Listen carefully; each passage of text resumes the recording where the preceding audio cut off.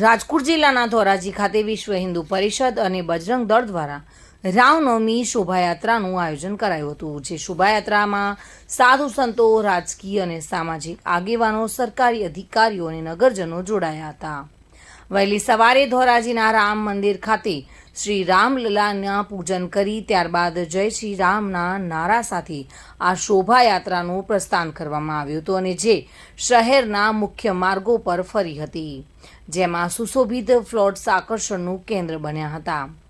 શોભાયાત્રા નિહાળવા માટે મોટી સંખ્યામાં લોકો ઉમટી પડ્યા હતા. શોભાયાત્રાનું ઠેર ઠેર સ્વાગત કરવામાં આવ્યું હતું અને વિવિધ સામાજિક સંસ્થાઓ દ્વારા શોભાયાત્રામાં શરબત અને ઠંડા પાણીની સેવા આપવામાં આવી હતી.